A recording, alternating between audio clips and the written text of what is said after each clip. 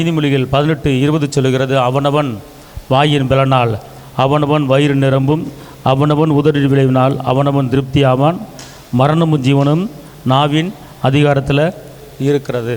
அதாவது உங்கள் வாயை வச்சு நீங்கள் மரணத்தையும் வர வச்சுக்கலாம், வாழ்வையும் வர வச்சுக்கலாம். அதான் மரணமும் ஜீவனும் எங்கே இருக்குது? நாவின் அதிகாரத்தில் இருக்கிறது. அந்த நாக்கு மூலமாக நீங்கள் என்ன செய்யலாம்? நீங்கள் வாழ்வை வர வச்சுக்கலாம், சுகத்தை வர வச்சுக்கலாம், அற்புதங்களை வர வச்சுக்கலாம், அதிசயங்களை வர வச்சுக்கலாம், வெற்றியை வர வச்சுக்கலாம், விடுதலையை வர வச்சுக்கலாம், அன்பை வர வச்சுக்கலாம், சமானத்தை வர வச்சுக்கலாம். ஆனால் இதே நாக்கில் தான் அழிவையும் கொண்டு வருமா?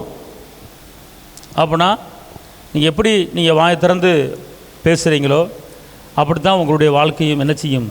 இருக்கும். எனக்கு இருக்கவே பிடிக்கல, எனக்கு இருக்கவே பிடிக்கல, எனக்கு இருக்கவே பிடிக்கல அப்படின்னா அது உங்களுக்கு அழிவை கொண்டு வந்துடும். ஆனால் நான் இப்போது இருப்பதை பார்க்கலாம் 1000 மடங்கு நான் பெருகுமே அப்படிங்கும் போது இந்த வார்த்தை உங்களுக்கு வாழ்வு கொடுக்கும். அல்லேலூயா.